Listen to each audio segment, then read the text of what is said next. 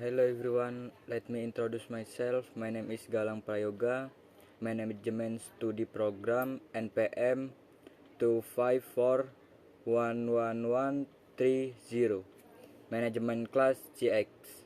This time I will explain about market equilibrium. Apa itu keseimbangan pasar? Keseimbangan pasar adalah keadaan di mana kuantitas suatu produk atau jasa yang diminta atau ditawarkan pada harga tertentu berada dalam jumlah yang seimbang.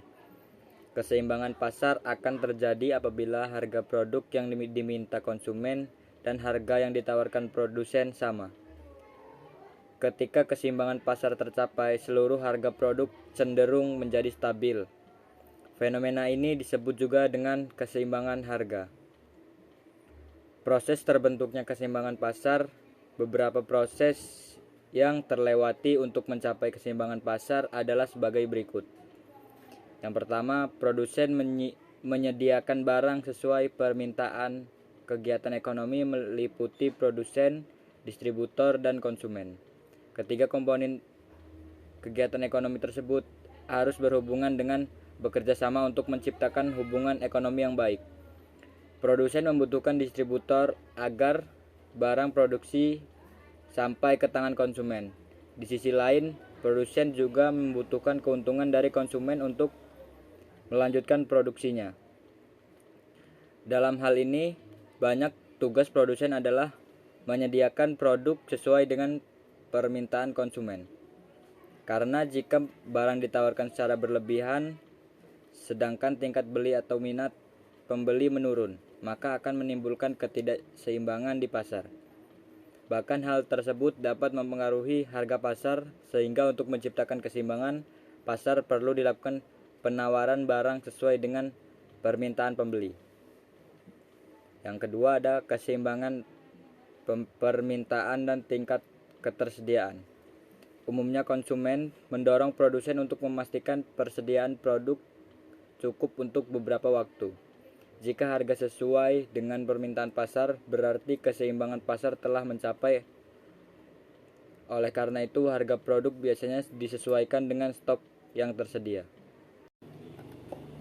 Fungsi penawaran. Fungsi penawaran adalah hubungan antara jumlah barang dan harga yang ditawarkan kepada penjual.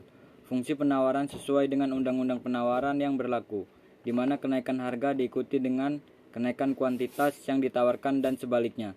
Hal ini sesuai dengan asumsi ceteris paribus atau pengaruh faktor lain yang dianggap tetap, seperti kenaikan harga dan menyebabkan penurunan permintaan barang. Oleh karena itu, perbandingan harga dan kuantitas yang ditawarkan selalu memberikan hubungan yang positif. Terkadang ada situasi di mana harga suatu barang melebihi harga keseimbangan yang menyebabkan kelebihan pasokan. Hal ini menunjukkan bahwa jumlah barang yang ditawarkan lebih besar dari permintaan, sehingga menyebabkan harga turun karena penurunan permintaan dan pasar berada dalam keseimbangan. Contoh keseimbangan pasar yang bisa kita lihat dalam kehidupan masyarakat adalah penjual minyak goreng di pasar. Sebagai kebutuhan pokok, permintaan akan produk ini sangat tinggi. Namun karena kelangkaan bahan baku, produsen tidak bisa memenuhi kebutuhan minyak goreng masyarakat. Akibat harga pasar pun meningkat. Keseimbangan pasar akan terjadi ketika pemasok minyak goreng di pasar memenuhi permintaan masyarakat dengan harga yang wajar. That's all I can explain. Thank you. Sebagai contoh, ketika terjadinya pandemi COVID-19 di seluruh dunia, jika masker kekurangan pasokan, maka harga produk akan naik. Sebaliknya, jika jumlah masker lebih banyak dari permintaan, kemungkinan besar harga produk akan perlahan turun. Permintaan pembeli atas barang di pasar memaksa penjual untuk memastikan bahwa stok barang yang akan dijual terus tersedia selama jangka waktu tertentu. Penjual tidak akan menambah jumlah produk yang tersedia sampai produk yang ada hampir habis. Jika seseorang memperhatikan harga dan jumlah yang sama, pasar akan mencapai keseimbangan. Yang ketiga, menyediakan stok barang. Sesuai penawaran pembeli, salah satu pendorong terjadinya keseimbangan pasar adalah adanya keseimbangan antara pasokan barang yang tersedia dan kebutuhan pembeli. Hal ini memaksa produsen atau penjual untuk memasok barang sesuai dengan persediaan yang dibutuhkan. Ketika penjual dan konsumen menyepakati stok dan harga, maka keseimbangan akan terjadi.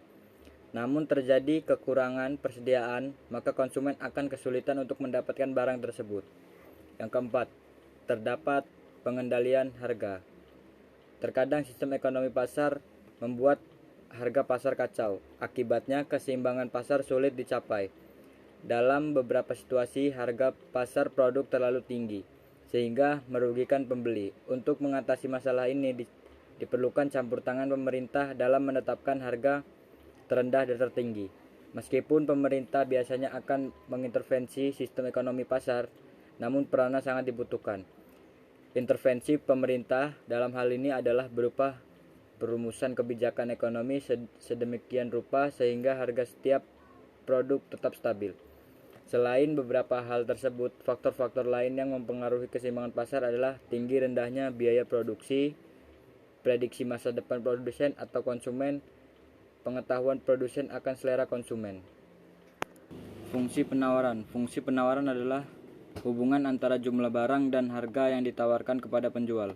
Fungsi penawaran sesuai dengan undang-undang penawaran yang berlaku, di mana kenaikan harga diikuti dengan kenaikan kuantitas yang ditawarkan dan sebaliknya.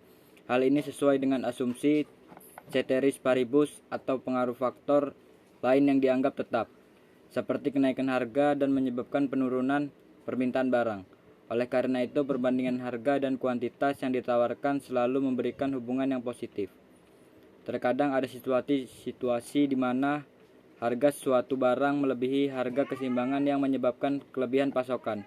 Hal ini menunjukkan bahwa jumlah barang yang ditawarkan lebih besar dari permintaan, sehingga menyebabkan harga turun karena penurunan permintaan dan pasar berada dalam keseimbangan. Contoh keseimbangan pasar yang bisa kita lihat dalam kehidupan masyarakat adalah penjual minyak goreng di pasar. Sebagai kebutuhan pokok, permintaan akan produk ini sangat tinggi. Namun karena kelangkaan bahan baku, produsen tidak bisa memenuhi kebutuhan minyak goreng masyarakat. Akibat harga pasar pun meningkat. Keseimbangan pasar akan terjadi ketika pemasok minyak goreng di pasar memenuhi permintaan masyarakat dengan harga yang wajar. That's all I can explain. Thank you.